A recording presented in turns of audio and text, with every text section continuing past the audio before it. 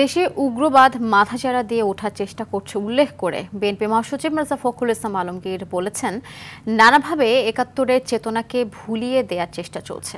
সনাতন ধর্মাবলম্বীদের সাথে জন্মাষ্টমীর মতবিনিময় সভায় তিনি এ অভিযোগ করেন। বিভক্তি বিভাজনের রাজনীতি পরিহার করার আহ্বান জানিয়ে মির্জা ফখরুল বলেন, তারেক রহমানের নেতৃত্বে একটি মানবিক মূল্যবোধ সম্বলিত দেশ গড়ে তোলা হবে। একাত্তরকে ভুলিয়ে দেওয়ার অপচেষ্টা চলছে বলেও মন্তব্য করেন তিনি। এ সময় শেখ হাসিনার নেতৃত্বে আওয়ামী লীগ দেশের গণতান্ত্রিক কাঠামোকে পুরোপুরি ধ্বংস করে দিয়েছে উল্লেখ করেছেন বিএনপি মহাসচিব।